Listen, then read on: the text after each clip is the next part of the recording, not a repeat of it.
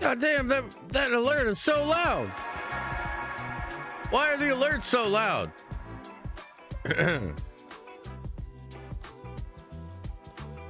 Anyway. What is up, everybody, and welcome on in to another stream, another show, another dose of daily Den of Nerds. We've got a lot to get into today, man. We got to talk about the Superman screening. Oh, no. Wait, maybe it's not so bad. We'll talk about it. I also want to talk about this new Spider-Man show. Your Friendly Neighborhood Spider-Man dropped its first trailer on a Sunday. So we're going to get into that. And then I want to discuss just a little bit. I want to discuss the discourse around the What If show. It is Monday, December 30th. Crazy. We have today. We have tomorrow. And then it's a new year and it's a new me. Can you guys believe it? Let's begin. I know those loud alerts. I know exactly. I'm trying to ignore it. I'm trying to do a fucking family show here. We're professional. Anyway, you know what? Let's start with this. It's a new year coming up here. You know, we're getting out of 2024. Kind of crazy. What are our New Year's resolutions? What are you guys trying to do going into next year? Maybe it's a New Year's resolution. Maybe it's just some goals you have. What is it? What's your New Year's resolution? Why don't we start the conversation there, okay? And I will get into all these chats and everything too. I appreciate all the love, all the support, guys. Thank you so much. Left new audio drop in the Discord. Oh no. Is it the truth about Howard the Duck having sex with real women? Or something else like that? I don't know. Can I chance it on stream here, Kendall? Cantina Talk, appreciate it. Says, they baited us so hard with the what if montage. Yeah, there's a little bit of a bait for sure. Make more hot sauce? There you go. Hey, we've been going hard on this hot sauce, man. I love this hot sauce. Daniel Haas hot sauce. Which, by the way, I don't know if you saw this, man, but we gave Elisa some of the Sinister Six. We're trying everything we can to get this baby out. Okay? Chance it? Oh, man. Okay, so check this out, guys. This is the ingredients for Daniel Haas Sinister Six supervillain hot sauce. It's pretty crazy. Check this out. Ready? Carolina Reaper. Dragon's Breath. Trinidad Scorpion, Red Habanero, Red Scotch Bonnet, Ghost Pepper, and then garlic, salt, spices. So, I mean, holy, right? Like, that's some heat. So we gave some of that to her yesterday. No go yet. This little baby is just kind of, well, you know, Kendall, I'm not going to confirm or deny, but let me just say this. We've tried everything. Okay? We've tried everything. This little baby is making us wait. On that note, we will be, you know, for now, we're just going to schedule a regular week. However, if Athena does not show up before Thursday, we do have an appointment Thursday morning to go in and get her induced. So, possible that I will miss Thursday. It is possible that I will miss tomorrow. It is possible in 5 minutes from now I have to leave. That's probably not going to happen. But that's what I mean is we're going to see. So it could be tomorrow. It could be Wednesday. In all likelihood, it's probably Thursday. And so I will not see you guys on Thursday. That's, you know, for show notes. For show notes. There you go. There you go. All right, let's get back into these resolutions. Let's see. Okay, some of you are, you know, doing your usual goddamn ridiculous stuff in the chat. Thank you, Randon, for 5 months over on Twitch. Appreciate it. Making morning Twitch vendor. I thought you said making more.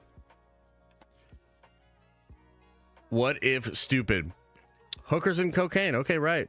Finally gonna quit smoking. Okay. Interesting. My New Year's resolution is to buy a motorcycle. Oh, that sounds nice. What kind of motorcycle? Do you just feel like riding? Reducing screen time on the phone. That would be nice. That'd probably be pretty good. I'd have to think about mine. I mean, you know, here's something I'll tell you guys, and then I'm going to break into some chats, and then we'll go over all the different news and the bits here and everything like that, right? Yeah, man. We're going to get into a lot of stories. I see some people, you know, having different thoughts already about some of the different stories. Why don't we just wait until we get into those?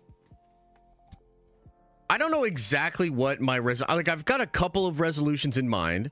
I mean, one thing is, you know, obviously like to grow the channels, grow the brands, but also like acclimate into the new stuff we're trying. You know, my team and I are trying to build out the channel, the brand, and how the content goes out every day. So, you know, I have a lot on my mind with regards to that.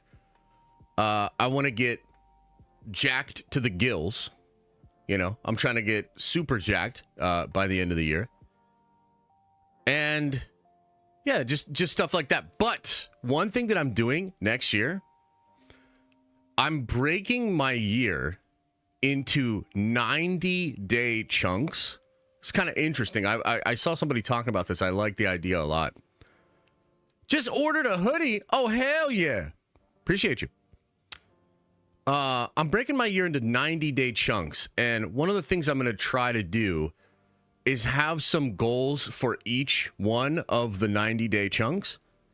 And the whole idea is to like have a 90-day total focus, like full commitment, working incredibly exhaustively hard on some particular goals, and then having a little bit of space in between the next 90-day chunk and trying to sort of recalibrate, figure out goals, and then go at it again, and then go at it again. So that's kind of something I'm trying to do. Yeah. I saw somebody else talking about it, and I was like, you know what? I like that. I like that. That's kind of cool. Vagabond of Light says, 2025 resolution break to 1250 ELO chess rating. Yo, what does ELO mean? I know of the ratings and everything like that. But what does it actually stand for? ELO. What's that stand for? Bailey. Bailey, yeah, says, love you and the fam from Jax, Florida. Today's my 25th birthday. Any advice for the next 25 years? I'm not quite 50 yet, brother. Also, please tell me any good news about Star Wars. Oh, man. Any good news about Star Wars? Also, happy birthday, man. 25. My advice, believe it or not, is to not take it too seriously. I know that might sound crazy. Be serious about your preference. Be serious about what you desire. But don't take life too seriously. That might seem wild, but just that's the advice. That's the advice. Take it or leave it. As far as advice, or rather Star Wars,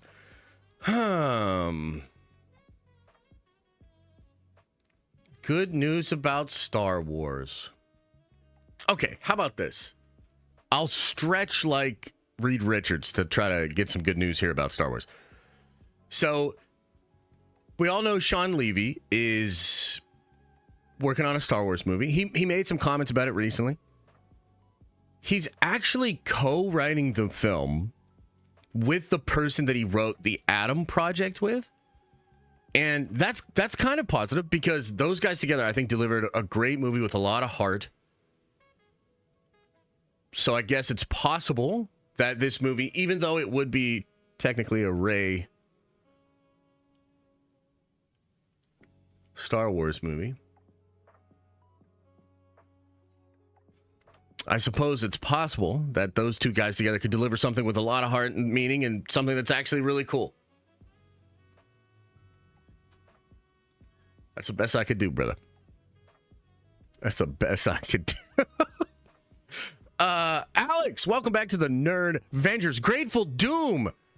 Welcome to the Nerd Vengers, man. Appreciate you. Okay, let me catch up on a couple things here, and then we'll get into the news, guys. Okay, and we will start with the Superman screening thing. But here's the thing. I just looked at the likes. It's fucking unacceptable. It's unacceptable. Okay? I know it's Monday. I know. We're still waking up. We're like, oh, dude, holiday lag, totally everything. Move the finger down a little bit, move it to the right, and click the like button. Don't do it for me. Actually, yes, do it for me. Cantina Talks first in today with a yo. Appreciate you, Anthony Carter. Welcome back to the Nerd Vengers. A1 Exec FPS says, good morning, Josh and chat. Proud to be a Nerd Venger for life. And Happy New Year's. Much love all 2025. Absolutely, brother. Appreciate you being here. Appreciate the support. 2024 was a weird year for us. For me. But 2025 promises to be, I think, much more exciting. We'll have a lot more positive stuff to talk about. I'm looking forward to it. 2025 is going to be lit. Again, Grateful Doom, welcome to the Nerd Vengers. Rossi, thanks for the rose. John Johnston says, won't lie, music for the Spider-Man trailer felt like it should have been for a Miles project. Felt too cool for Peter. Interesting. We'll get there. We'll talk a little bit about that. Maybe I agree, maybe I don't agree. But, yeah, I totally agree. Kendall, I've come here fresh off a blinker to say, cancel everything. Friendly Neighborhood Spider-Man, Eyes of Lakonda, look at the effing zombie shit. Cancel it now. What If was trash. Much love to you and the fam. Hey, we could feel the passion coming from that blinker. Thanks, man. My sister was 2 weeks late. Dang, that's crazy. 2 weeks is a long time. Nate says, congrats to Flip23 for winning the Nerd Vengers Fantasy Football League. Second, third, and fourth were Mosmos, 831 Red, and Z Clutchy. Unrelated, F. Christian McAfee. Okay. Oh, wow.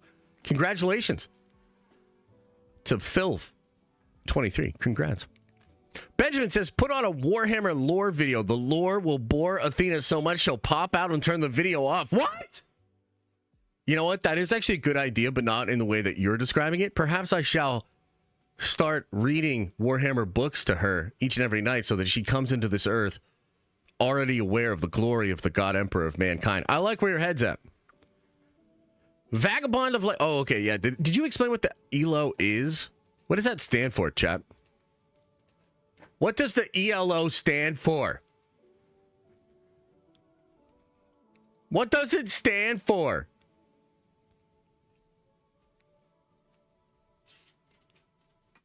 I remember 2020 being promising too. Says Steelers 21. Hey, Steelers, who do we got? Who do we got in the first round of the playoffs? Are we gonna just get sent home right away? Is it Jover for the Steelers? I was so high on the Steelers earlier in the season. Damn. Electric Light Orchestra. That is odd and doesn't seem to fit with what. Yeah, okay. It's the dude who created the rating system name? What? No way. Really? It doesn't have some cool meaning? Interesting. Okay. All right. Not set yet? Oh, okay. Is there a game Thursday then, maybe, huh? Because this is week 16, right? Or is there a game tonight, maybe? Oh, geez.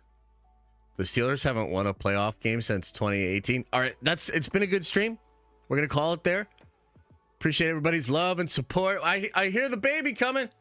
I hear the baby coming. I'll see y'all later.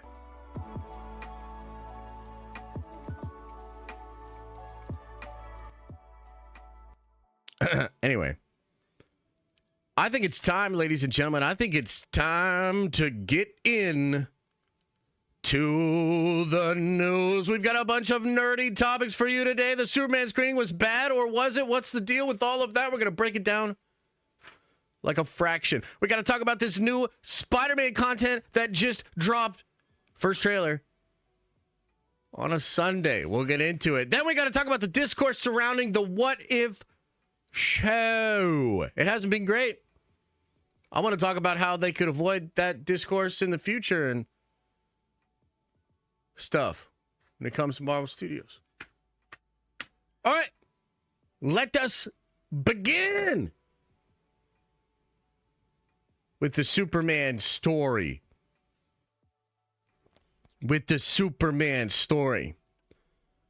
Okay, so this came out on Friday, guys. Jeff Snyder had talked about this. I believe it was during the Hot Mic podcast. Spicy little episode of the Hot Mic podcast with John Roca and Jeff Snyder. And Jeff had been reporting stuff about Superman, some of the chaos behind the scenes. Gunn had responded to Jeff, sort of debunking the claims. I don't think he responded to him directly, but he responded to the report that was out there, right? And Jeff then rebutted, but then on the Hot Mic podcast gave us some serious tea, talking about how there was a screening for the Superman movie that was bad. It was poorly received. So, before we get into what Jeff said, because I think there's actually people misquoting him and misunderstanding. Like, first of all, I don't think there were multiple screenings. As far as I understand it, we're all talking about the same screening. Okay? But before we get into that, the tea leaves were actually there.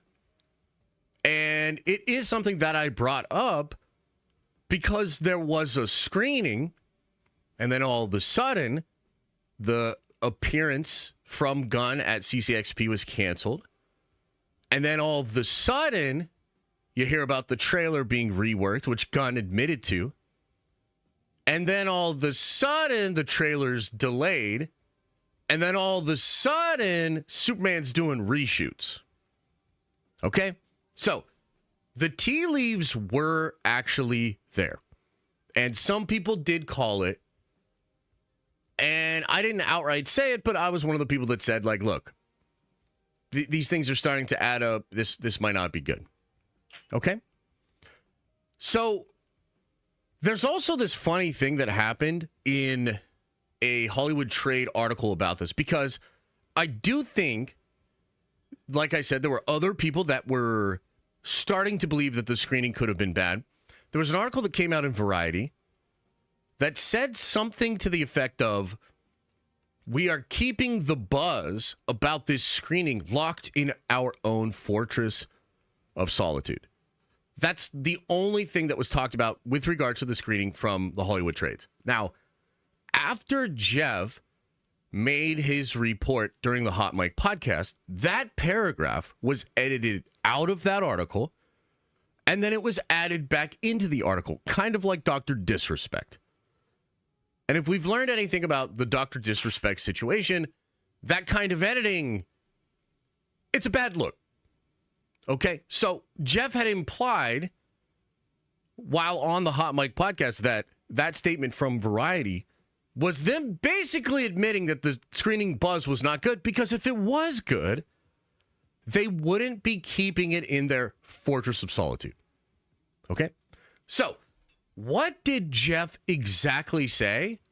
What was he actually referring to? Well, what he said was he saw the Superman trailer. He liked the Superman trailer. Then that night, he went to dinner with a source who Jeff implied was very in the know, very high-profile individual. Jeff goes to dinner with this person. This person explains that there was a screening, not another screening. It's not like they're doing multiple screenings, making tweaks of the movie and screening it again. Why would you need to screen this thing twice? I mean, I guess it's good to get, like, other groups of people's information, but they want this thing locked up. That's the reason nobody heard about the screening. It's a very small group. So there's a screening. You know, probably close friends and family and some executives and some people up at the top, and they see Superman for the first time. And the buzz on the film was not great. Now, some of this is the look of the film and the feel of the film, the effects and where they're at with that, but that's like par for the course. A lot of these things, especially this early on, don't have completed visual effects. So that's like whatever. But the tone and the feel of the movie was compared to, I believe, the Brandon Fraser Mummy and the first Captain America movie. And I think the overall feeling was that, as far as Jeff explained it, it was like fine, but not mind-blowing, didn't feel unique, felt like things we had seen before. While he was on the Hot Mic podcast, Jeff got another text from somebody that works in visual effects, very, very high-profile person. And I believe this person basically said, you're spot on with your take about the Superman screening. Lots of reasons to be concerned. Okay. So that's what Jeff said. Okay? That's like as clear as I can decipher it. And Jeff, if I'm getting this wrong, you can always let me know. I'm trying to be as accurate as possible. That is, as far as I understand it, what Jeff said. Okay, so not multiple screenings, not like the most recent screening after some other good screening went poorly, it was bad. That's what he is hearing, okay? Now, let's be super fair about this. By the way, I had a tweet that was blowing up about this. I deleted it. Partially because, like, I don't need that shit, and it's going to blow up, and everybody will be mad. But also partially because, like, believe it or not, I am actually trying to be super fair about this. Okay? So, let's be super fair about this. It is not uncommon for a movie at this stage to be in a bad state. It's not uncommon for a movie's first screening to have all sorts of notes and for the film studio to then work on those notes and make the movie a lot better, right? Because I mostly cover Marvel, we're super inundated with that formula and how they do things, right? And so especially when you're thinking about the Marvel formula, yeah, screenings, bad screenings, that's par for the course. Gunn himself has actually talked about how the Marvel method has taken horrible movies and made them okay, taken okay movies, made them good, taken good movies, made them great, right? So that it's okay. This isn't like sound the alarm, panic everywhere in the streets. But here's the other side of this that I think is really important to keep in mind. Gunn makes his movies in a unique way. He actually was one of the only, maybe the only writer-director at Marvel Studios that did not use the Marvel method. Meaning, Gunn wanted a totally completed script. He's probably particular about storyboards and things of that nature. A lot of work before rolling camera, right? Which is similar to Zack Snyder, right? Like they like to do this. They like to have it very tight, completely figured out before they go in. That's not really the Marvel method. I bring that up because if we acknowledge that Gunn does things a little bit differently, you have to be fair here and understand that the bad first screening is a little bit more serious because of the way Gunn makes things. Do you understand what I'm saying? He has put so much prep work into his script, into the pre-production. He is the guy that is out here talking about how he's not going to move forward without a completed script. He's talking about the guy who's like, we're not going to set up movies this, that, second, and the third. We want a completed story. This is the guy that has been signaling for a year that he is going to do things different and better than Marvel. So when his first screening is received poorly, it is a bigger deal. It means all that prep work, all the things that he did, the whole like pathos of like, we are going to do this differently, have it nailed down before we get there, and then everything's going to be more smooth. It means this is actually worse than usual. Do you understand the logic of this? So the guy that said, I've done a day and a half of reshoots in the past 3 years or past 3 projects or whatever he said, is now doing more reshoots, tweaks, having to fix things. So on the one hand, I think if you're just being totally charitable, it's not necessarily unusual for films of the size and scale. It's certainly not unusual within this genre. But it's not a great sign, and it does imply, especially because of the way that Gunn has talked about his process and the way his process is different than others, this is worse. This is worse than if a Marvel movie's first screening was bad, period. Now, here's the thing that's weird about this. I think this is coming from executives and business-minded folk. Okay? That's just the impression I get based on what Jeff is saying, how he's speaking about this. So that means that this is a person that is saying, this is the tone of this movie, and I just don't know if that plays in today's marketplace. That's the impression I'm getting from the feedback. The ironic part is that the two movies that this thing is being compared to, the first Captain America movie, Brandon Fraser's The Mummy, I fucking love those movies. And not only do I love those movies, I can actually see how that tone is potentially a great fit for a Superman movie. And it's kind of the tone of the trailer. So you could take heart, if you're a Superman fan and you want to cope or whatever, right? You could take heart in the fact that, like, man, maybe this is just some people, they don't get it. Maybe they never got Superman. Maybe these are people that wouldn't have even greenlit Superman. They're making all these statements. But to me, that tone represented in the trailer was great. I think people are underestimating how hungry people are for that tone, hope, etc. So you could read it in a very positive way. You could say these voices are just not getting it. And maybe you're right. And maybe Gunn is right. And maybe that's a good move. However, I would also say the fear here is that this isn't Gunn's exact wheelhouse. And he's replicating other tones, and therefore it's going to feel kind of like a weak imitation. And it's not going to soar creatively the way that a lot of his other stuff does. So I still think it's like, look, at the end of the day, let's be real. We're talking about hearsay from someone that is reliable, that I do think is being accurate, but it's like 7 layers of separation. We don't fully know. We're speculating here. At the same time, I'm trying to be as accurate and fair as is possible. All is not well over there on the Superman movie. I think they know how important it is. I think Gunn even knows, and I think he's maybe receptive to some of the feedback. We'll see.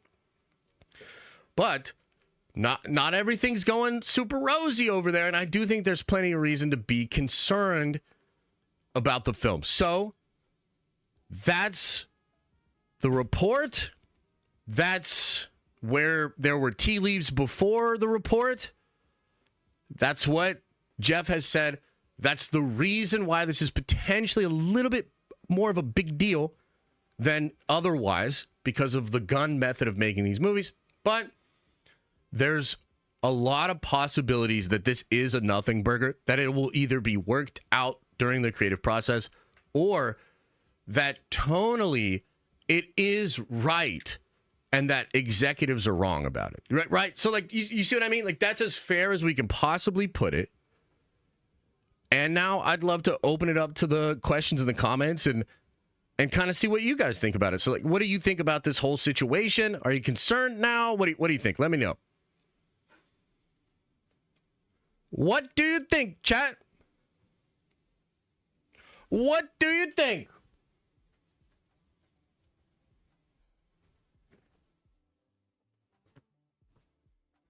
It was like cold in here and now it's getting hot, man. It's crazy. Super unpredictable.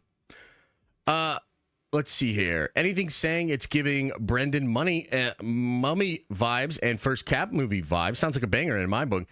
Yeah, it's weird. I love both those movies, like, genuinely. I really love the Brendan Fraser Mummy movies, man. I think they're excellent. Are they a little campy? Sure. A little corny? Yeah, but I love those movies, dude. And the first one's a banger. It's a banger.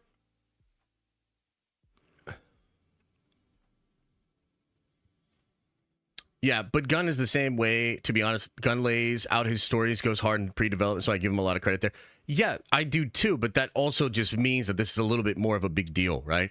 If you're going into a first screening kind of dynamic, right, and you're like, okay, like, we have scheduled 3 months of reshoots, right? That's the thing that's wild. Is a lot of Marvel movies schedule at least a couple of weeks of reshoots, and that can get extended. So they're all built in a way. I mean, it's the Marvel formula, right? They're built in a way that the first screening is kind of how they start to form it a little bit more, which also, like, Pixar used to do this a lot. Pixar would make movies by committee, and they would use a lot of feedback and, like, I don't want to call it focus grouping, but it is kind of like that to get the story right. Ironically, James Cameron did this with the second Avatar. Have you ever seen the videos of James Cameron with his writer's room for Avatar 2? If you're interested in how this process can go, you know, with different folks and with different methods and stuff like that, I highly recommend finding that video of Cameron talking about that. They basically reverse engineered the success of the first film, and they were trying to figure out, why does each individual scene, part, and flow, like, why does it work? And then they reverse engineered that, came up with the principled list, and intentionally recreated it in Avatar 2. So it's pretty interesting how these things can happen and what the different strategies are that people take, you know? I bet the executives want more humor and more like the Marvel humor. These executives ruin everything. So it is absolutely possible that that's what's going on. You know, that's why it's so hard with these situations. It's very vague who is Jeff talking to. I'm sure the person's honest, but what's their perspective on this thing? Where do they come from? Right? We're not really sure. Joshua says, I'm going to watch it either way because it's Superman. Guess what? Me too. I'm going to watch it either way as well. I used to care a lot more, but lately I've been fine with not seeing movies or just waiting. The excitement of seeing everything right away has died, and so have I a little bit inside. Damn! Damn! Yeah, Anthony Carter, I understand that. I get you. You know, I guess I'll just let the cat out of the bag. I have not watched last week's Skeleton Kids. I don't think I'm going to watch Skeleton Kids tomorrow. I have only watched 3 episodes of What If, and I have no idea when I'll finish that series, if I will finish that series. I don't quite feel the same that you do, because there are movies and shows that still do get me excited to check them out really, really quickly. I think it's more the case that I'm very selective about what things I will get excited for. And if it feels like I'm trying to force it, or if it feels like homework, it's really hard for me to do it, you know? So, yeah. I have a feeling this Superman movie will feel like a Marvel movie. Does anyone else feel that? I don't know that I do, actually. I mean, there'll be some of it. Yeah, there'll be some of it. Josh, did you see Jeff and Roka arguing over the Batman delay in the Clayface movie? Yes, that was a great episode. I think Jeff should do a joint before every single episode, because that was pure cinema. I don't know if I got a lot of substance out of their argument, but it was pretty entertaining. Pretty entertaining, I'll tell you that. Damn, that hurt. I also don't care anymore. No! Okay, guys, look, I understand. It's let's be real. It's hard times out there right now, okay? Let's just be fucking real. Okay, we all came into this game when Marvel was at their apex. They were absolutely dominating it, and it was great. And everybody was happy, and it felt awesome. And Star Wars, let's just be real, the sequels were bad, but many of us didn't figure it out until way later. And the first couple episodes and seasons of Mando were pretty lit. So we've all come into this game at a time when things were popping and things were great. And now they're not. And it's been rough. Okay? But good things are coming. The night is darkest before the dawn. And I'm, of course, talking about Warhammer, baby. It's right around the corner. It's right around the corner. Warhammer's going to take all that pain away, man. Don't worry about Star Wars. Yeah. No, there's some good stuff coming. There's a lot of Marvel stuff I'm excited for. Superman could be great. By the way, I actually spent a lot of time and paid 2 different editors to make a banger of a DC video. It'll probably come out tomorrow. So I actually put effort into it. I made a banger of a Superman video. So everybody better watch it twice. Otherwise, I'm gonna come back. I'm gonna start shitting all over. Okay, anyway. All right. Hey, all right. Let's move on to the next topic here. Sesame Bagel 69. Appreciate you. 7 months on Prime. Appreciate it. You should finish Skeleton Crew and stop avoiding it just because you're too old for it, Josh. I don't know. I don't think I'm too old for it. I just am very grumpy about my Star Wars. I want my Star Wars to feel like Star Wars. You know?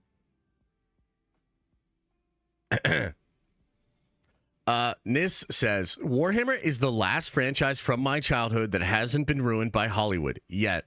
Yeah, focus on the yet because we're doing it. Let's go. Warhammer MCU. Okay, anyway. Let's talk about the actual MCU here, brothers. Let's talk about this new Spider-Man show, man. Some new Spider-Man content just dropped, ladies and gentlemen. Friendly Neighborhood Spider-Man. It dropped its new trailer on a Sunday. Okay? I'll just have the trailer kind of playing in the background for you all here. I actually want to mute that because look, what the hell? Okay, look, we'll go over the trailer itself, but there's really not too much to talk about with regards to Easter eggs and stuff like that. So, here's the thing. I'm going to be completely honest with you guys. We got some new Star Wars content, and my reaction is, thanks, I hate it. But it's almost 2025. It's a new year. It's a new me. And so I want to try something different. I want to be a little bit more positive. I want to try something known as the sandwich technique. Okay?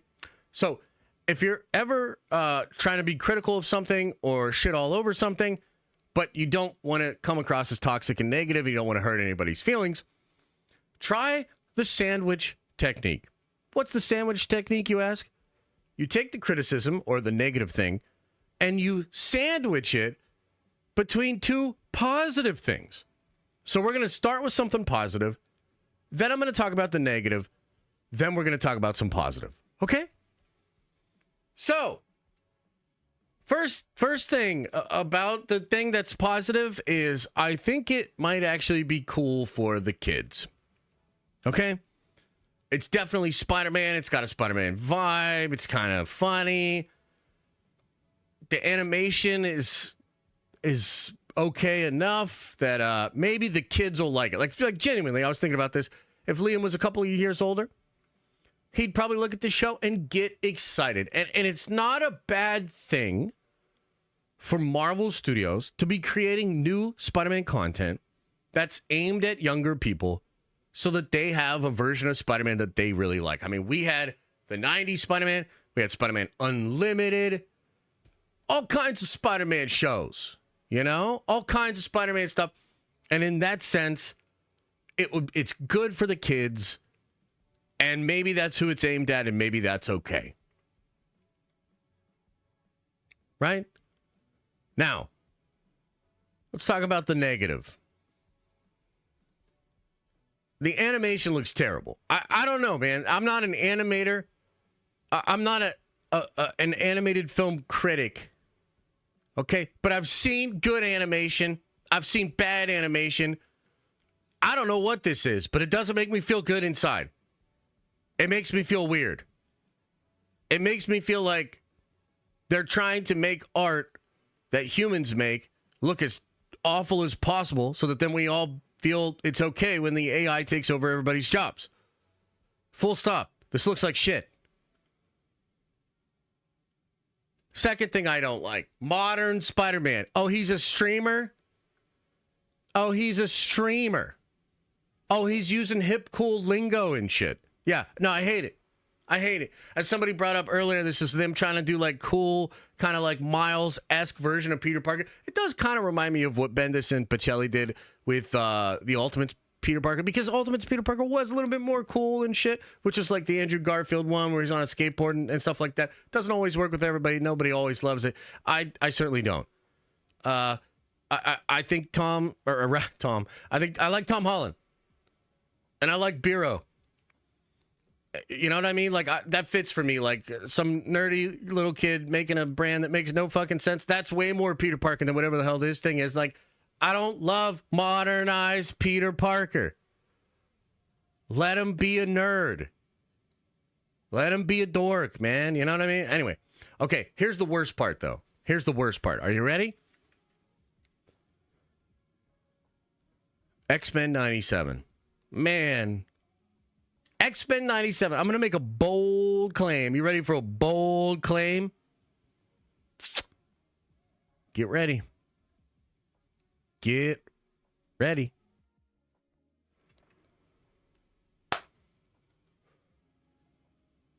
X-Men 97 Season 1 might go down as being as bad for a brand as the Snyder cut of the Justice League was for DC. Albeit, both of these projects were absolutely incredible. But they also gave audiences a taste of something that was incredible with a particular flavor that cannot be replicated. And therefore, they become the thing that you will have your stuff compared to forever. Especially with regards to animation when it comes to Marvel Studios. Marvel Studios is going to have every single animated thing they do for the rest of time compared to X-Men 97. And X-Men 97 was lit. It's also really hard because what many of us really want is Spider-Man 98. Taking that version of Peter Parker, who we do see in X-Men 97, and doing some kind of continuation in the vein of X-Men 97. So it's tough, man. It's tough. So overall, I had a negative reaction to it. I don't think it looks good. I think I'm just comparing it to X-Men 97, and I don't love the modern Spider-Man thing. But there are actually a couple more positives here, okay? You ready? Just sandwich that shit in, man. Sandwich that shit right in there. Sometimes you gotta sandwich that shit. So there are some cool things going on here. I like the Future Foundation suit. It seems like this show's gonna at least go for it in that sense. A lot of Marvel stuff, including What If, which we're about to talk about. You know, it kind of seems like they've lost their imagination. They've lost their will to really go for it. Kind of feels like they're playing it safe. This show does promise some interesting things. You know, Norman being the sort of Nick Fury of this version of Spider-Man. Future Foundation suit, other kinds of suits. We've seen them all leaked online, right? There's also some potentially really interesting things actually being done in the show. So I'll show you this. This was from, I believe this was during... like one of the Comic-Cons, maybe Brazil, maybe D23.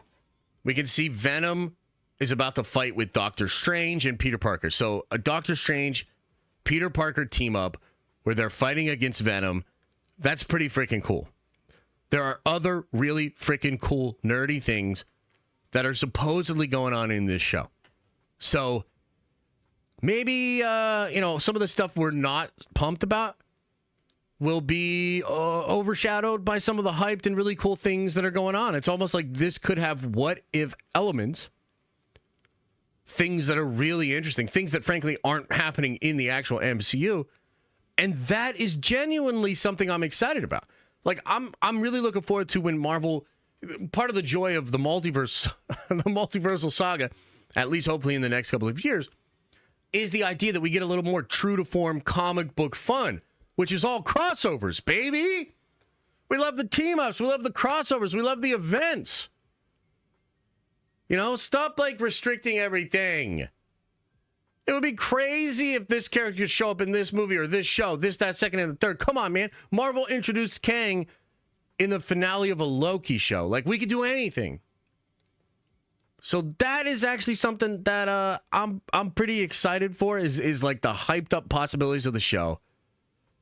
And you know what? I'll just roll right into my what if thoughts here too, because I don't have a ton of thoughts on what if. I'm going to be real. Didn't finish the series. Not really feeling it. I will watch it, but I'm not really feeling it, okay? I didn't watch What If Season 2 for a long, long time. Wasn't really feeling What If Season 3. From what I have seen, the discourse around What If is pretty bad. I mean, it's being clowned on for the Howard the Duck, Darcy Lewis child, who's apparently now a big deal and is like Harley Quinn, and she's a member of the Exiles. What are we doing? You know, what are we doing there? The show's been hit for having weird teased variants, either through name drops of the Watchers, where they name drop like Reed Richards, or the actual end of the show, which teased variants that are way more fun than any variants we have in the show. There's also some weird comments one of the writers made about not realizing they had access to the X-Men. I don't know if he's just trying to save face or whatever, but terrible comment. Terrible comment. You have people like Rob being like, my brother, you got the rights back from Fox 5 years ago. We all know it. It's a silly thing to say. What are you talking about? You know, like, you don't have to defend that. It ends up making you look incompetent. And you're also the writer now on X-Men 97 Season 2. So all this stuff kind of works together. And it doesn't feel great. Okay? It doesn't feel great. So, again, I'm trying to be chill about this. I'm trying to be nice. But this is why I have continued to preach that a lot of these projects that I feel like have been lost in a creative limbo, I feel like Marvel Studios would be better suited if those projects were canceled. They did not see the light of day because of kind of the discourse we're currently having about what if, especially, and that's already started to build around this Spider-Man show. Okay? Now, again, things are so much more complicated on the inside of a studio. I have no idea the considerations that Feige or other executives have with the people they work with the studios, organizations, other groups, you know, VFX teams, animation houses, or whatever.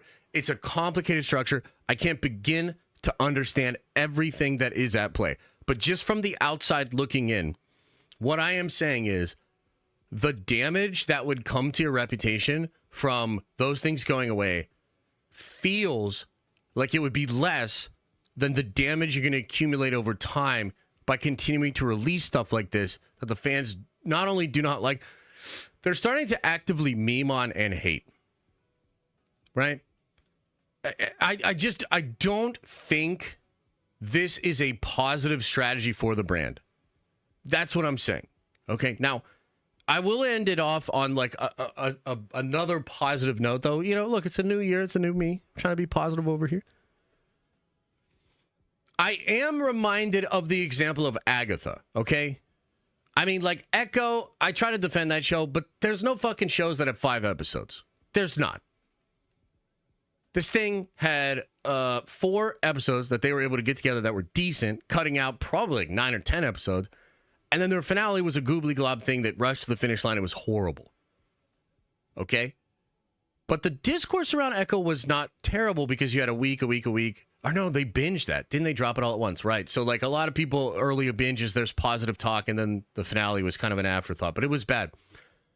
Agatha was surprising. And I think a lot of us said, wow, way better than I thought. Oh, that's actually pretty decent, et cetera, et cetera. And as you look at 2025, because Kevin has essentially said that these projects are just already at this point, kind of to me feels like they're just ready to release it and they've decided no more polish or whatever. If you look at 2025, I think with their given strategy, the best case scenario is that the majority or all of these like more fringe projects like Friendly Neighborhood, Eyes of Wakanda, I would even argue Ironheart, like all the stuff that was greenlit very early on in Phase 4, where the studio was just out of step, and the audience has just moved even further away, so it's like they were even more out of step. All of that stuff, I think, should have been gone, but considering that a lot of it's just being dropped, if the majority of those projects are like Agatha, and we walk away from those projects saying, wow, better than I thought. Wow, kind of surprising. If they can truly hit that mark for the majority of the projects, I think they're going to be fine. Truly. Because I thought long and hard about this, right? Like, I'm pretty stubborn. I like to be right. You know, I made this call like 2 years ago and got a ton of blowback from people saying I hate this, that, second, and the third. You want to cancel every project? You're a monster, right? So I'm stubborn and I want to be right. But the more I thought about it, if in the best case scenario, if they can truly put out stuff that is surprisingly good for the majority of those projects, they will be absolutely fine. I, as a fan, don't love that we're looking at that and we're like, that's the best case scenario. Not a great place to be, but I will admit that it could be fine. If they do it, it could be fine. I'm kind of losing my mind over here a little bit, but maybe Friendly Neighborhood Spider-Man will be surprisingly good. And maybe the next one will be surprisingly good. And maybe the next one will be surprisingly good. We will just have to see. So that's my take on, like, what if, and, the Friendly Neighborhood thing. It's really not blowing my hair back, but I'm going to give it a shot. What do you guys think? What do you think about this whole situation? What did you guys think of that trailer, man? You like it? Are you hyped? Cancel it. Oh, boy. Yep. Agatha was my top 2024 surprise. I expect it to be horrible, but I actually liked it. Yeah, I agree. It was very good. Very well-written show. What if finale was good? Was it good? That's good to hear. I have heard some people be positive about it. There have been a lot of voices that have been pretty negative about it. I will check it out. I didn't love what I saw. I thought it was pretty... Look, I tend to agree with what Bo DeMeo said. I think it lacks substance. I think it feels flat, ultimately. I just don't want this whole year to be complaining about shit on Disney Plus. Me neither. Didn't you notice all the positivity I just tried to inject into that segment? Didn't you notice that I'm trying? I don't want to fucking complain about Disney Plus all year either.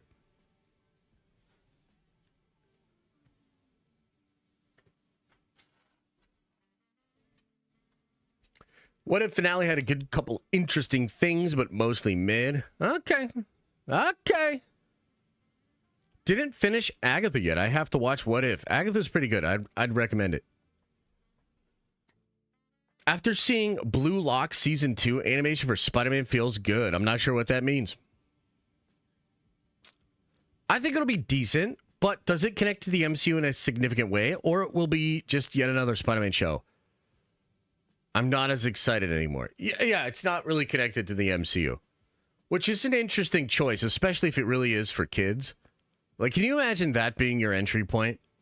Look at this fun Spider-Man show made by Marvel Animation, but it's not in the MCU, and then your kid has all these questions. Why is this Spider-Man like this? Why is this Norman Osborn like this? Why is this Doctor Strange like this? Like, I don't know about that. I don't know. Same year, same Josh? No! You don't say that. Low-key, I'm excited for Friendly Neighborhood Spider-Man. I thought Josh would relate better with this version because he is a streamer, too. Yeah, but here's the thing. I know this because I'm a streamer. Streamers are the worst. You don't want a streamer Spider-Man. You really think a streamer Spider-Man is going to be the one saving the day? Getting out there, getting it done? Streamers are lazy. Streamers only care about themselves. Streamers would rather sit in front of their computers all day than do anything of real value in the world. No. Couldn't finish Agatha. It was too boring. I heard Wiccan's story gets better. I love the Young Avengers comics. Oh, that's interesting. I mean, look, not all things are for all people, but I genuinely thought Agatha was pretty good. Pretty interesting. Pretty good. Way better than the season 2 finale. Okay, that's nice. That's good to hear. I'll check it out. Yes, Speed is Spider-Man. Are they still doing the Fortnite thing? How long are they doing that for? Streamers go off topic and don't read chat. Oh, yeah, Jared, I just read yours. All right, let me catch up on some of these chats here. Then we'll get into the next topic. Oh, wait, there is no next topics. Hey, oh, it's going to be an early day. Okay, let's get back up here and read these chats. James01 with a $10 haul. Appreciate it. Says, baby update. Just watched Warhammer Secret Level. My God. I was not ready for the ferocity. Oh, hell yeah, dude. Warhammer is the way. Baby update? No signs yet. We thought, I mean, dude, she's just being a stinker about it, man. Maybe she'll be here in the next couple of days. If not, we have an appointment early in the morning on Thursday to induce labor. So Thursday, probably won't be streaming Thursday. Maybe won't be streaming Thursday or Friday. We'll see. I'll keep you guys updated. Vagabond of Light with the 10 spot. Appreciate you. Says ELO is the official chess rating system used in competitions, and over 1,200 is qualifications you as an intermediate player. And so you can join more tournaments. Wish me luck. Oh, nice, man. So the reason I ask is because people keep saying ELO in Marvel Rivals. And, like, I do agree that there's probably, like, skill-based matchmaking there, right? But, like, I was just wondering if ELO had, like, a more specific meaning. But I guess it's just your personal skill level, basically, right? Interesting. Jay Morris, appreciate the 5 spot, says, my New Year's resolution is to make the Diamond Lounge more uncomfortably, like showing a close-up photo of a certain something. Yeah, thanks for that, by the way, Jay. You know, I'm very rarely speechless, and I very rarely feel like a goddamn e-girl. A1 Exec FPS, and if you don't know what I'm talking about, you weren't at the lounge. A1 Exec FPS says, I would rather have Henry Cavill as Superman compared to the new actor. He looked like Cyril from Andor with the goofy-ass tailored Superman suit, to be honest. Brother, I totally agree. I'm trying to be open-minded about it, but I just don't like the look of the Superman. I don't like the look of the Superman. I don't like the look of the suit. I don't like the look of Crypto. Yeah, there's a lot of visual stuff I just don't like. But I'm gonna try to get past it, and we'll see the movie in its totality, right?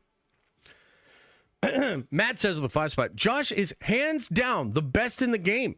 Your dedication to staying fair and unbiased is something I deeply respect. Thank you. Look, here's the thing. I try really hard to do that. Not everybody recognizes it, but clearly some people do. And I think those people have gravitated towards the channel or the content. I think, to those people, you can always count on me to at least attempt to be unbiased and also put my biases out there, right? I want you guys to have the information. I want you to be entertained. It's not so much about my perspective and everything. I think I do have interesting things to say about certain things, and that's part of the content. But there's also an information bit here. I'm not a journalist per se, but I just try to have integrity, and I try to be good faith. Joshua says, I'm going to watch it either way because it's Superman. Oh, hell yeah. Caleb Senpai says, Superman is going to get the Tobey Spider-Man 3 treatment by trying to shove too much into the film. Doom and Spider-Man are my 2025 hope, and I hope Dave surprises us all for Star Wars moving forward. That would be great. That would be pretty fantastic, man. I agree with you. The movie seems very stuffed. I think I understand what he's trying to do with it. But yeah, it's pretty stuffed. We'll see. We'll see how he pulls it off. Braden says, I just want classic Spider-Man. Smack my fucking head. What the fuck is this? I hear you, brother. I hear you. It's for the kids, though. Joshua says, Harry Osborn looks like straight Ayas. I don't even remember seeing him in the trailer. I don't know. I'll have to look again.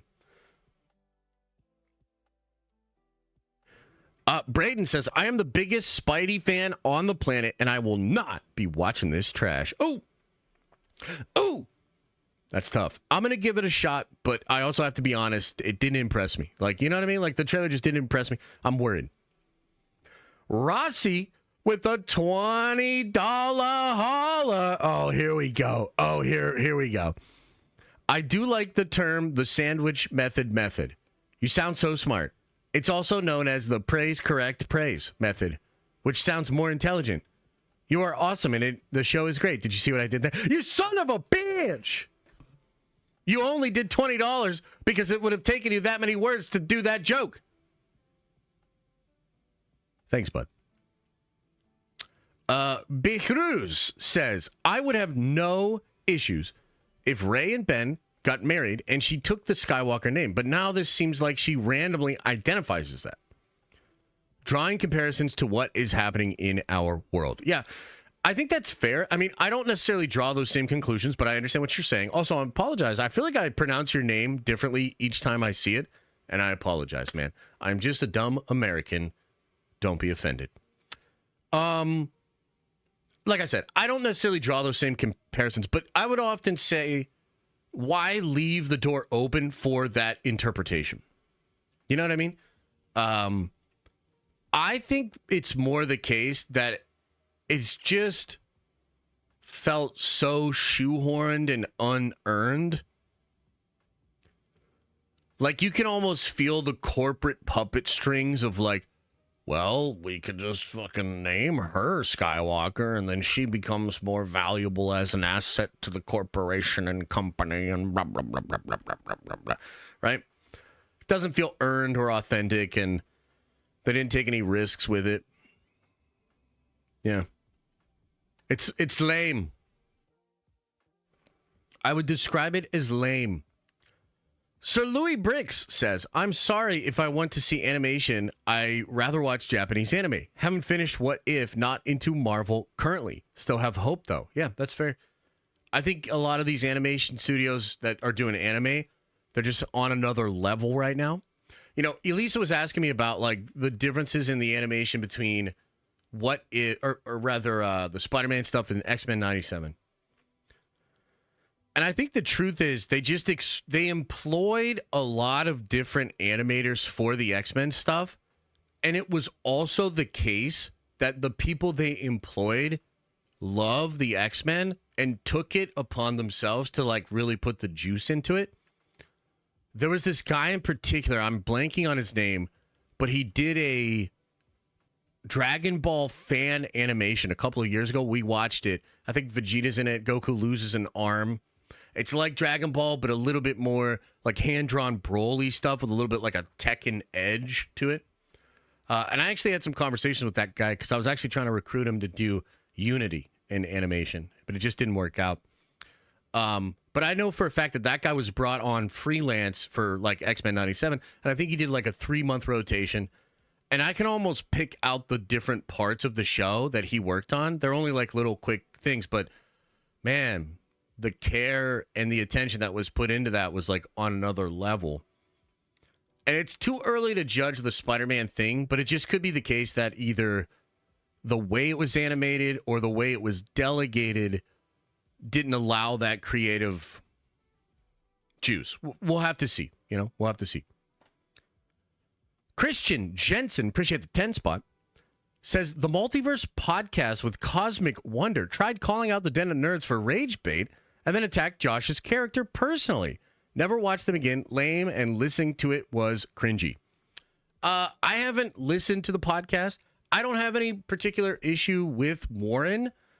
I could see where he and others view what I do or say through that lens. I think the thing that's cool and kind of positive about the situation is like, I don't think you can live stream as much as I do for as many years and not have like yourself be shown, right? Like if it was all an act, if I was like carefully constructing how these things were approached or whatever, it would sort of fall apart. I think there's just Josh, like, you know what I mean? Like, it's just like how I am. And I will admit to getting hyper fixated on things that bug me. Sometimes I get performative in the way I shit on things or in the way I do things. But I also do try to be really fair. I would certainly not consider myself a rage bait, whatever they said, rage bait and my character or whatever. That's not how I see it. And, you know, I think a lot of the people that I work with, like my manager and my agent, they don't see me that way. They don't see the content that way.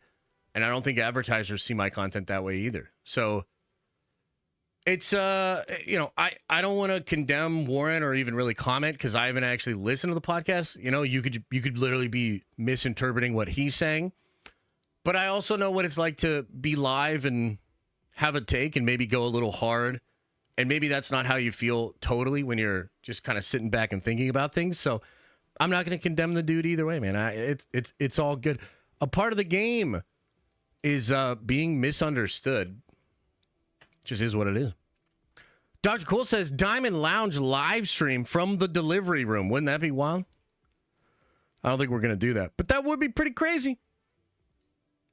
That would be wild.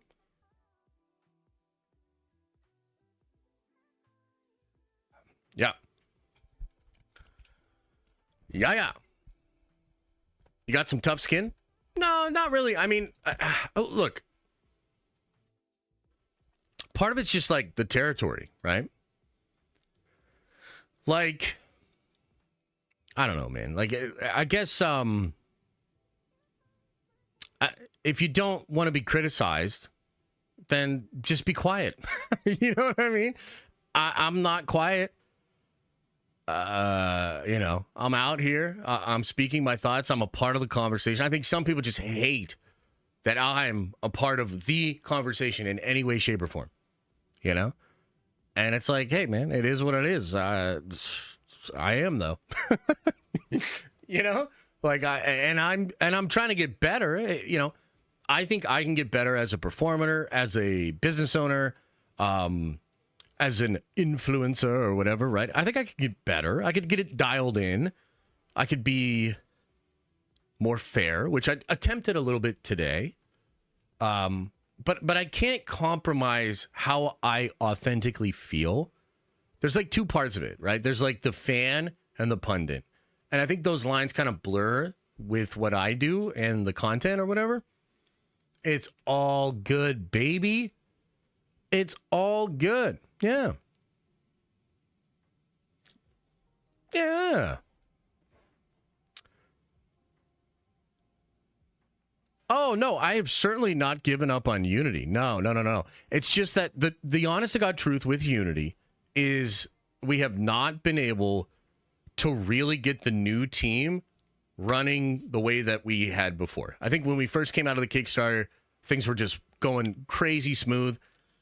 The truth is I gave a little bit too much leeway as things started to go off the rails, and then things went pretty off the rails. We brought in the new artist, and I think things are moving, but they're nowhere close to moving as good as they were leading up to that. I think maybe the thing I underestimated was like we technically did about 2 years of prep work before launching the Kickstarter and then going into the issues. So that amount of prep work and like getting the team on the same page, I guess I kind of underestimated how easily I could replicate that again with new people being brought in. But no, I certainly haven't given up on it. I mean, there is an element of family stuff that was unforeseen, business stuff that is a little bit more all-encompassing than I thought. But trust me, Unity, I mean, at this point, and maybe this is actually what's going on. Maybe this is kind of what you're feeling a little bit. I have given up on trying to hype Unity because it's just not the time. Like the time right now is to build it, make it better than ever, so that the next time we go to market, the next time we try to build the hype, we're like solid. So I have certainly given up on that. Like I'm not going to try to keep the hype going while like we're rebuilding, right? But no, trust me, Unity is not only is it a massive part of what I want to do in the future, it's a huge part of what I want to do with my team. It's a huge part of what I think I will end up being most known for. And I think it's going to open up a lot of doors. So I still am very involved in making sure that all that happens. But that's probably the most honest truth of it, is like, you're probably feeling that because, yeah, I've sort of stepped back from talking about it publicly. It's just not the time. I just want to put my hoodie on and read it. That's going to be a really special time, man. This delay sucks. The rebuild sucks. But when it's all said and done, when we deliver it, it will be incredibly high quality stuff. It's going to be very much the vision I have for those characters in that world. And I cannot wait until it's shipped out and you guys are reading it and you're letting me know your feedback and you're wearing your merch and everything like that. Like, trust me, I'm very excited for that. I'm very excited to have copies of the book so that I can go around to the Comic-Cons and share it, spread it out, and get it out there. It's going to be epic for sure. But, things happen. I'm not pumped about it, but we are working. I've missed the last 2 Diamond streams. Lame. Got to try to get there. I know it's probably a little bit more complicated via Discord, but hey, they've been fun, man. Can you talk about the Star Wars movie? The comments that, yeah. I mean, we talked about this a little bit already, but I think the comments that Sean Levy said were that he is writing it with the partner he wrote the Atom Project with. And I think he basically said he's saving some time to do that movie, but you never know, is basically what he said.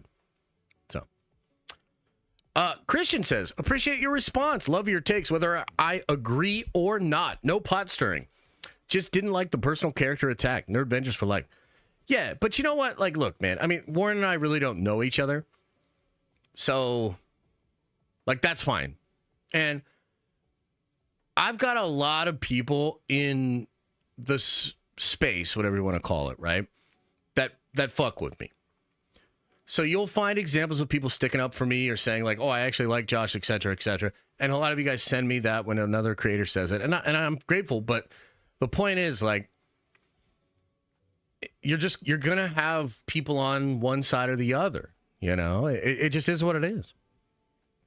It just is what it is.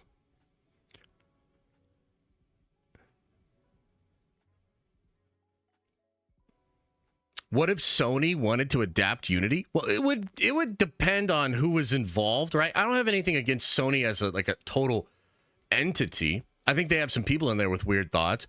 I don't know about the CEO, but look, it would be more like who's creatively involved. What are the guidelines, the guide rails, that kind of thing. Yes.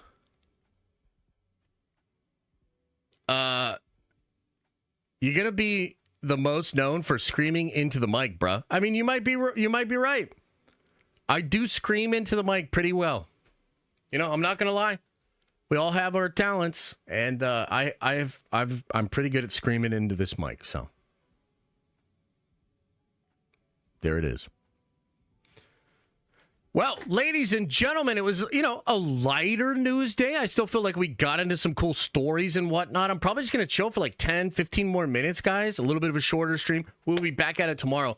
If no crazy news drops, I would really like to do a 2024 in review stream tomorrow and go over how this whole year has transpired and talk about all the different projects, talk about the ups and downs.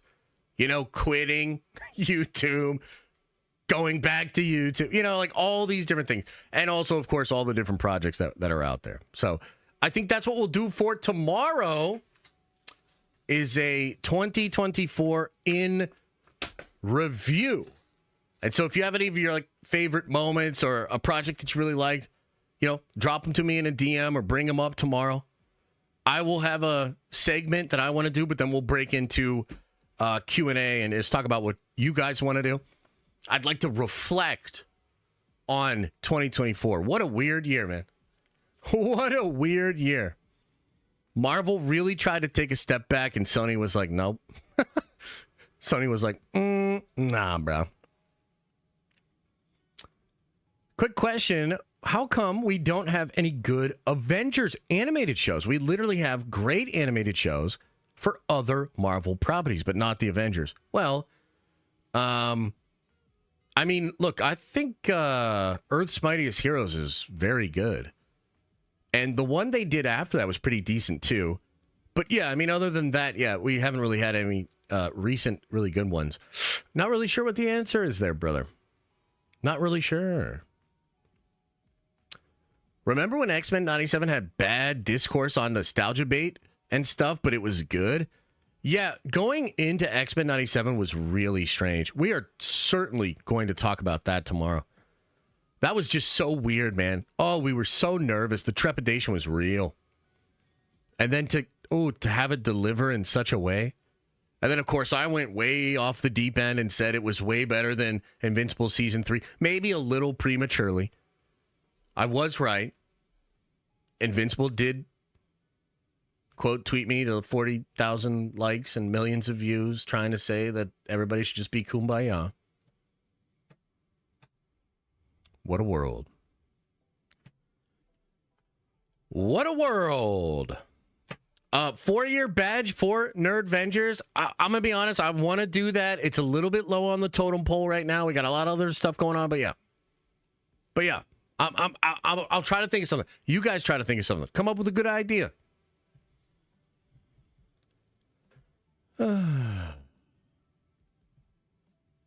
Jason Momoa posted on his gram. He said they called him to be Lobo. Go check yourself. Well, that's not really that surprising. Josh hulking out on Daredevil cans was fire. I still can't believe that shit. Why did they do it that way? We need a badge? Everybody wants a 4-year badge, man. I like Squid Games, but it pulled a Boys Season 4. How do you make the whole thing a setup for the next season? Yes, but that next season is dropping either summer or fall of next year. So, like, that's kind of cool, right? Like, they at least had the wherewithal and the foresight to, like, make it a 1-2 punch. Not exactly like The Boys in that sense. Because The Boys is still going to make you wait. But, yeah. Josh, you got some celebrities in your chat, by the way. What you mean? I mean, we got a couple. You talking about Tom Selleck? I need a 5-year badge? Damn!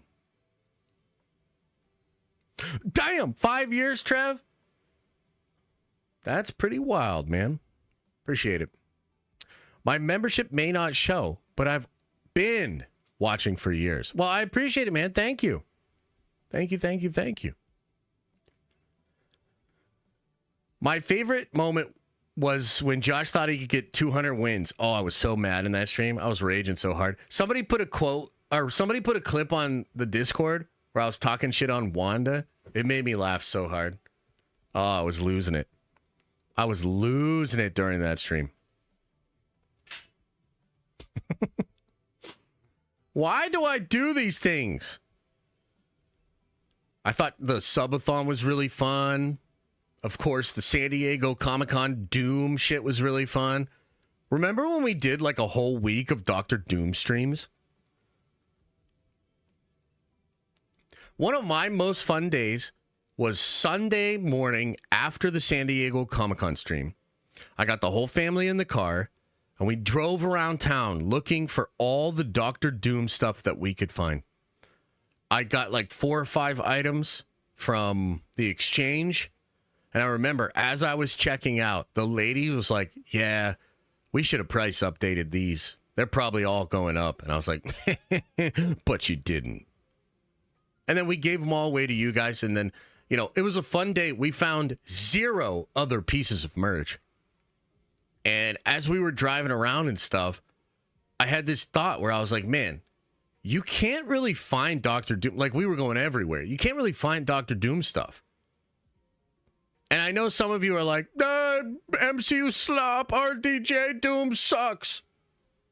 But here's one thing you can't deny. We are going to go from a world where it's hard to find Dr. Doom shit to a world where you could buy Dr. Doom shit at Disneyland. Okay? And if those are the two choices, If that's what I have to choose from, guess what I'm choosing? Give me the Mickey Mouse ears Doom mask, please. I'm all in. I'm all in.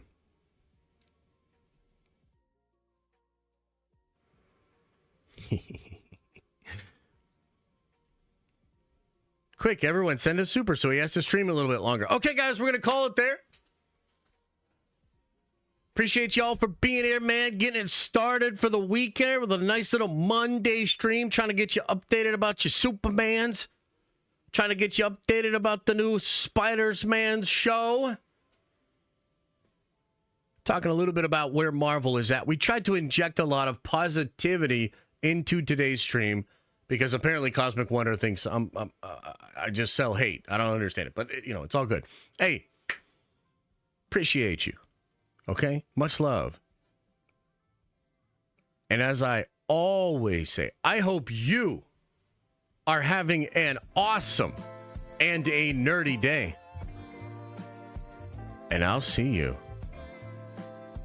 in the next video.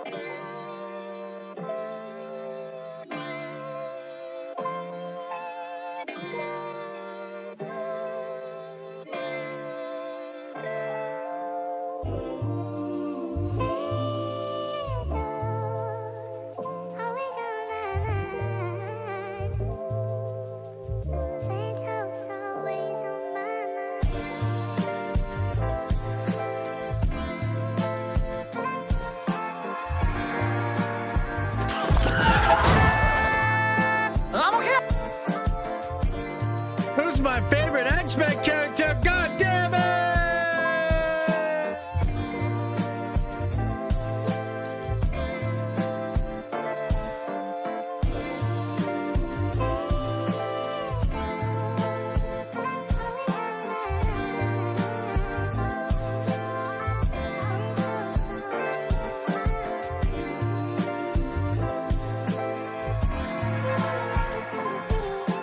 Bro, it's not beating the part-time streamer allegations.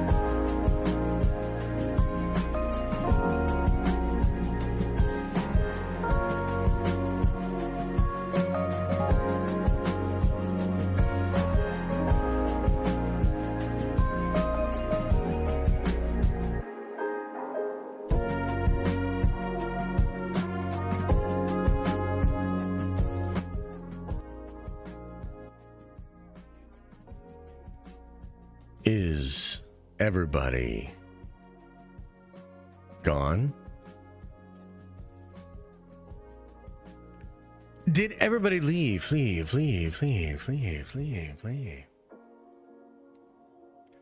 Okay, you know what's interesting about Jason Momoa confirming Lobo? One of the first things that Gunn lied about with the DCU was that he came out and said all the leaks, everything that everybody's saying is wrong. The only people that know what is going on is me and Peter Safran. And I was like, I remember when this happened and I came out and said, whoa. But you've already talked to Momoa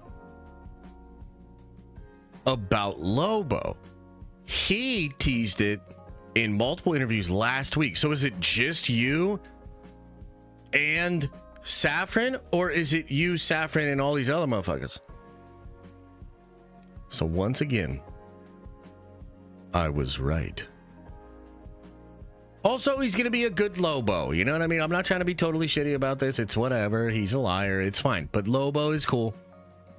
Momoa is going to be cool as Lobo.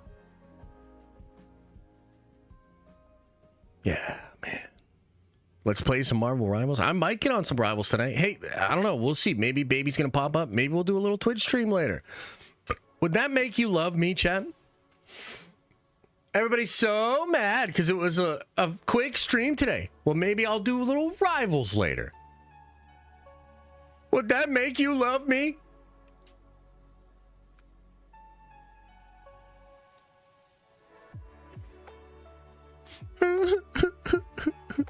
I just want to be loved.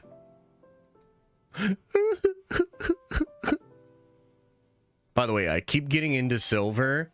This is actually true, and I hope some of my friends don't hear this, but it is true. I keep getting back into silver in solo queue, and then I team up with my friends and go back to browns. I feel like solo queue is if you actually want to get levels, you got a solo queue. But I want to play with my friends. All right, anyway. Appreciate you guys. Thank you so much for being here. Thank you for your time, attention, the member chats, the subscribes, the like smashes. We appreciate it, man. Thank you for the super chats. Appreciate it. Thank you all so much. Video tomorrow, stream tomorrow. Video stream Wednesday. Maybe, you know, we'll see. Maybe Athena's already here. Maybe I'll come out there and she's going to be like, hi, Dada. We'll see. All right, everybody. Remember to open up your third eye and wash out your stinky, stinky butt. Hole.